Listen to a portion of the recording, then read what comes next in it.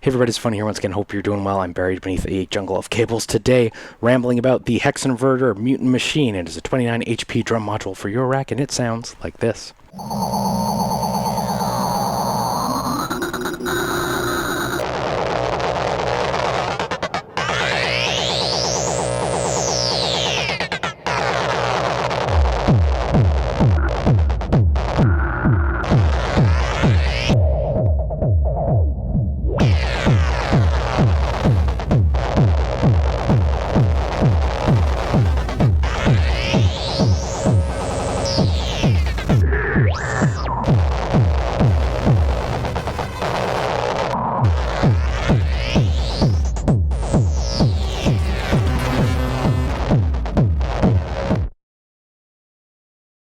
Okay, fastest possible context before we get into it today. The Mutant Machine originally came out about 10 years ago. It was actually a Venetian Snares commercial for it, which I thought was hilarious. I'll link that in the description. Definitely check it out if it's something that interests you.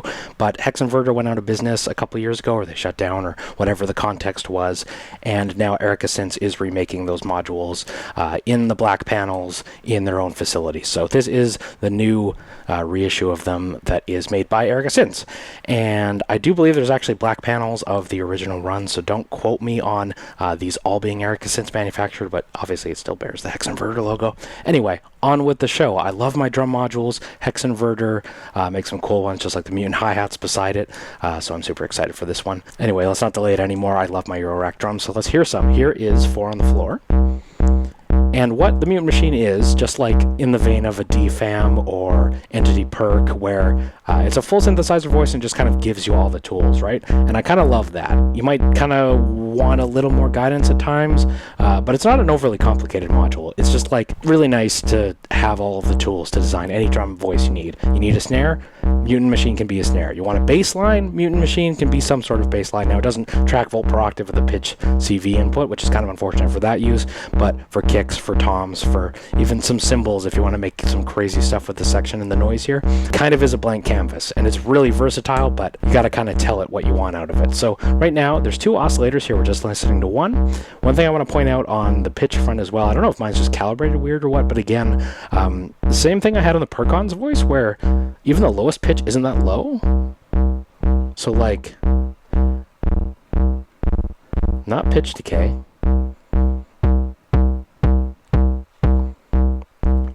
I don't know, just maybe calibrated weird. Anyway, I'm going to keep the pitch low as possible because it's not like, it's not too high at the lowest point. It just seems kind of weird to have to start at the lowest point. But anyway, right now you're listening to the sine wave from oscillator 1. Here's the triangle. And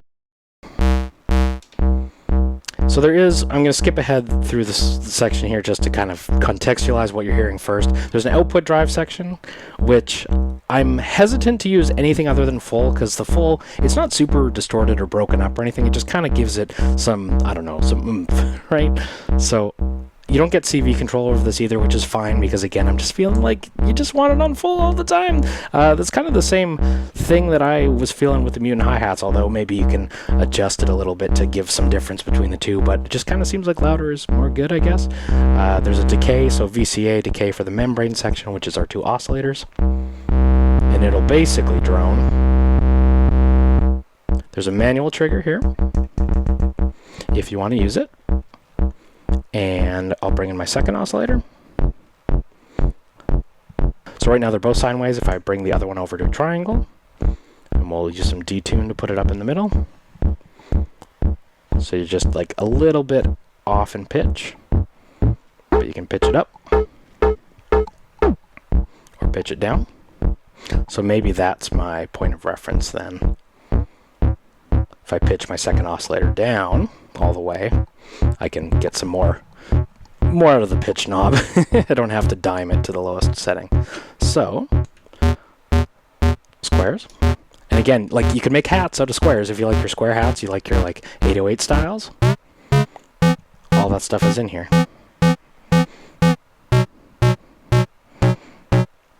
But mixing of waveforms, also very cool. Detune. Well, I'm bringing it up to center, which puts them basically at the same pitch.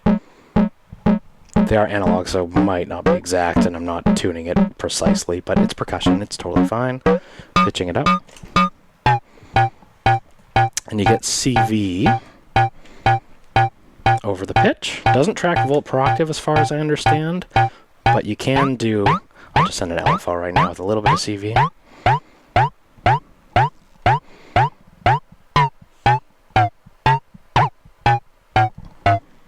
Get the cable out of the way. Just give it a little bit of movement.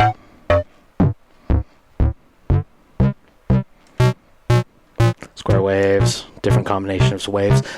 This stuff is all fine. It's bread and butter analog synth voice. I like that. But where the oscillator section in the membrane gets really cool is with the scan frequency. So there's two switches here, and I'll show you. We're going to just listen to the first oscillator first. There's this enable here for the CV scan. So if we're listening to the first one, and we do our scan frequency, it's kind of like an LFO on this one, I guess. Like it sets a rate, and it has an associated clock, which can be done externally as well if you want to do some linear drums, like changing its sound, completely changing the waveforms per step. So the way these two switches work, when you enable it, the first one is always on, but then if you have it in the down position, it'll just be the first wave, so you can kind of get a more stable, a non-changing waveform out of the second oscillator. I don't know if I switch that to like a square or something. Or you can have them both scan. Now I don't believe there's any way to like offset these. Oh no, there is. Okay. Now we're talking. So if you tap them.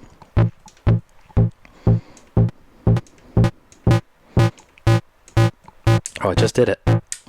Yeah, you can put them out of out of step basically. And to be honest, I so far haven't really been using this that much. I don't find it like it's cool, but like again, my workflow is sort of having a bunch of different drum voices, and I totally think it's cool when people do linear drums where they have one voice and they just like mangle the crap out of it. That's like a classic use of the BIA. But where the Mutant Machine really shines is cranking this scan CV up to like audio rate basically, right? So let's just listen to one waveform. We'll just listen to one oscillator on oscillator 1. And what we're basically getting is like sort of aliasing, pseudo scanning, like wavetable almost, when you're blipping through them all. And you hear a little bit of like bit reduction almost sounding at certain rates, but if you crank it all the way up, it's almost like a little metallic-iness to it, which I really like. If we bring in the second wave, and you can kind of tame this by having a static wave on the other side. So if we go to that square, just have like a big square underneath. At the lower audio rates, you get almost this, that bit reduction thing.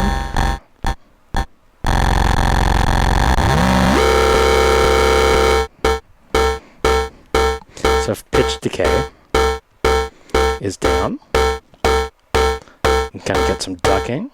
I get that sort of pitch it down even more, hopefully.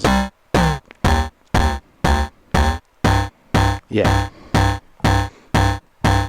So pitch bend at the start of your envelope is like the classic drum synth voice thing, right?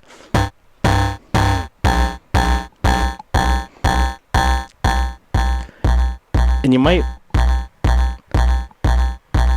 want to, like in this mix here, I have my basic, well not my basic waveform, I have the non-scanning waveform set to one waveform, louder side, because this one, pretty crazy, which you might like, but like, if I want a unique, interesting, almost FM, digitally sounding wave, right? So that's awesome, but you also get CV control over the scan. So if I come here, so if we put that into the frequency CV,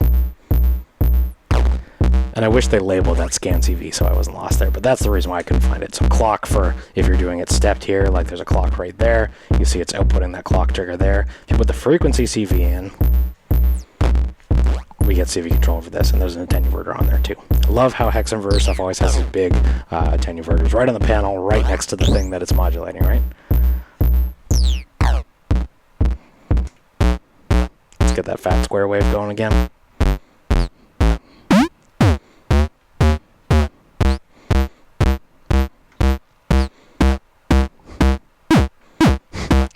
get some like video gamey sounds. And we haven't even got to the noise section if you want to talk video gamey sounds. So let's just bring this down a little bit.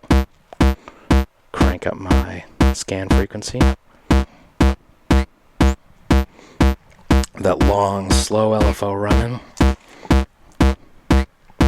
Get some other CV going to destinations like, there's a different LFO.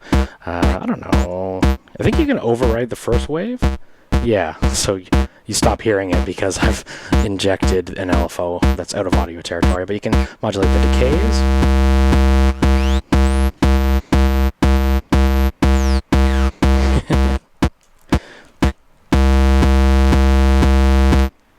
Let's do a random modulation step.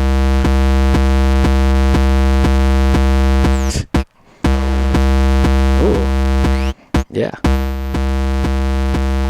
That's fun.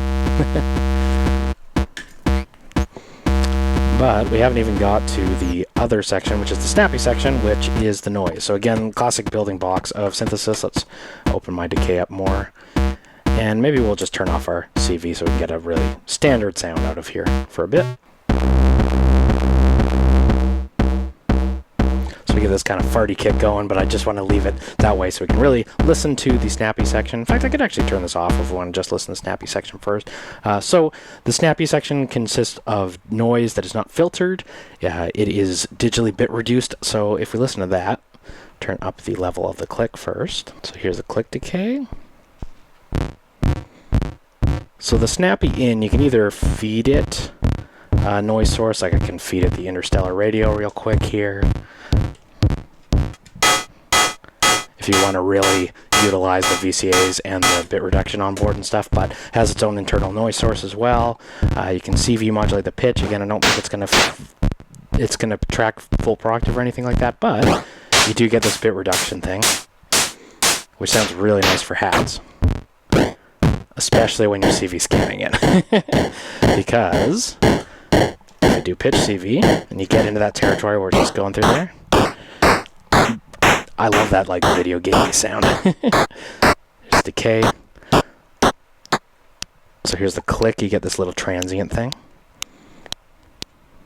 And I don't think you get much control over that. Oh, you do, with the pitch. But the level, the snappy noise source itself. Yeah. It sounds nice. I mean, it's just regular old noise, but if we send it something else, interstellar radio comes to mind. We get like a metallic timbre out of there. Yeah, that's another staple of the Mutant drum modules, is they always just give you the opportunity to make use of the filters, the VCAs, the bit reduction in the case of the snappy section, and send your own oscillators to it. So let's bring in our kick again. So here's that. There's that sine wave. Here comes the square wave. Get that scan frequency going. Enable it.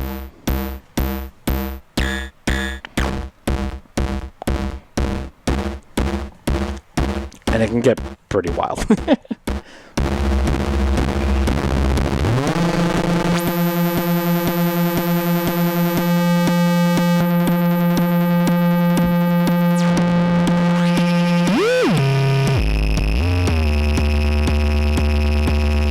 I like to use that click a lot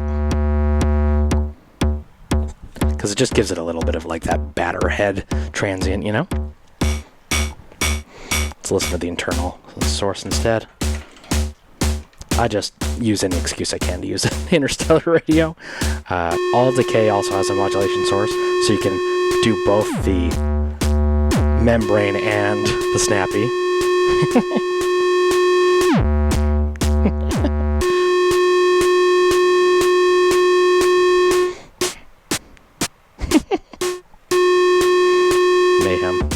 Now, if we listen to other outputs, you do get oscillator output. It's just a direct oscillator output. You do hear this pitch decay is happening, I believe. Same for the scan. But it's just a mix of the two. Oh no, the levels are ignored. So yeah, you just get both. There's also noise output. Sounds like noise to me. But it does allow you to do some cool things here, like you can internally patch, say, the noise output into the wave input. if you want to really snare your snare. And I don't know if we... Heard you like noise, so we put noise on your noise. If we put... Okay, so that noise always remains the white noise even when we send something else in. If I stop modulating my membrane decay,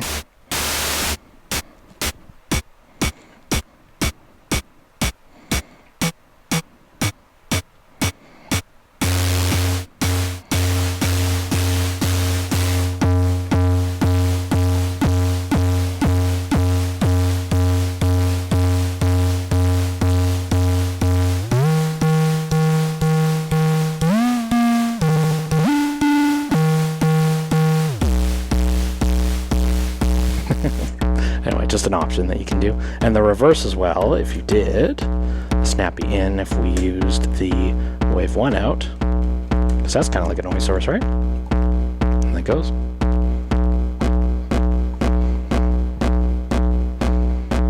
And if we CV modulate that pitch, do kind of want to CV modulate that level, but I don't think you can. Yeah, that's kind of unfortunate. There's so many outputs, not enough inputs. What if we throw an LFO at our pitch decay? And this is sort of where I think the Mutant Machine really shines. Sorry, the jumbled mess. Is just throwing it lots and lots of modulation.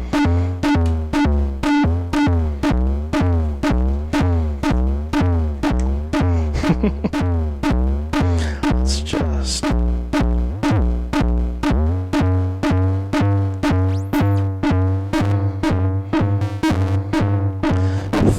some noise at it.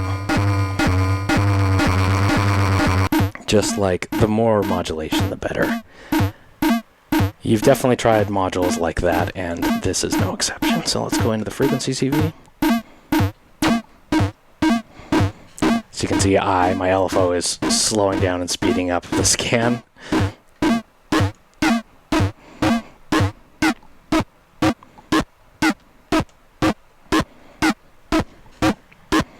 So yeah, blips and bloops. Yeah, there we go. And the chaos is... I mean, I kind of joke about it, but it is what I love to see here. If we get our ultra kick going on top of that, it makes for a fine kick, but I think there are more straightforward options for kicks out there. Namely, the ultra kick comes to mind. All right, so here comes the ultra kick. Here comes the Mutant Machine.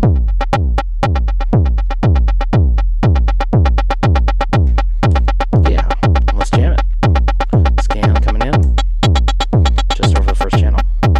Snappy coming in. I like the click for sure.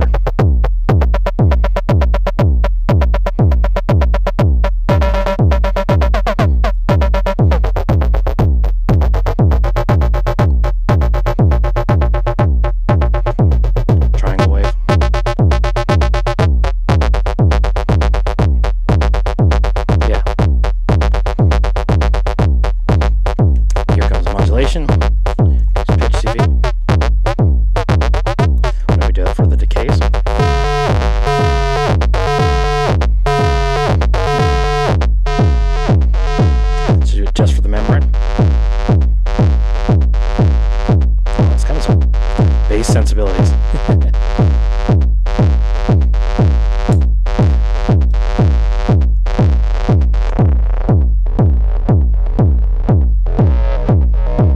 Oh yeah.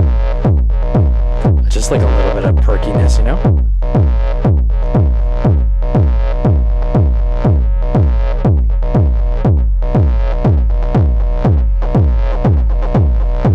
This is where yeah.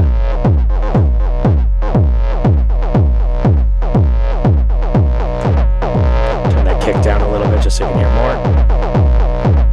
More LFOs coming at you. Modulate, I don't know, the pitch.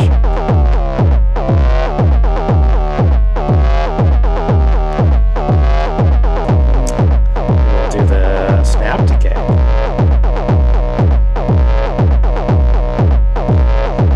I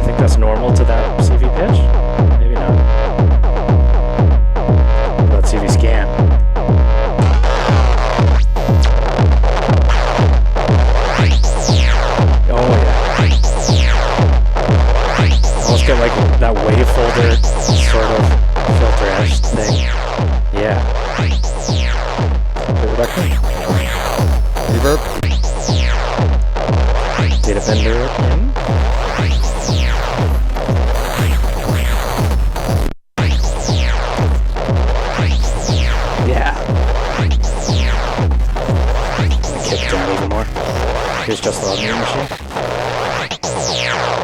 Yeah. More modulation the better, with some modules. This is definitely one.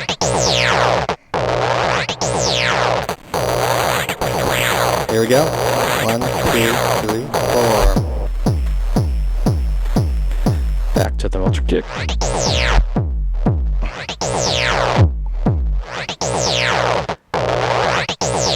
Here it comes. Get reduction, reverb, and come to your complicator.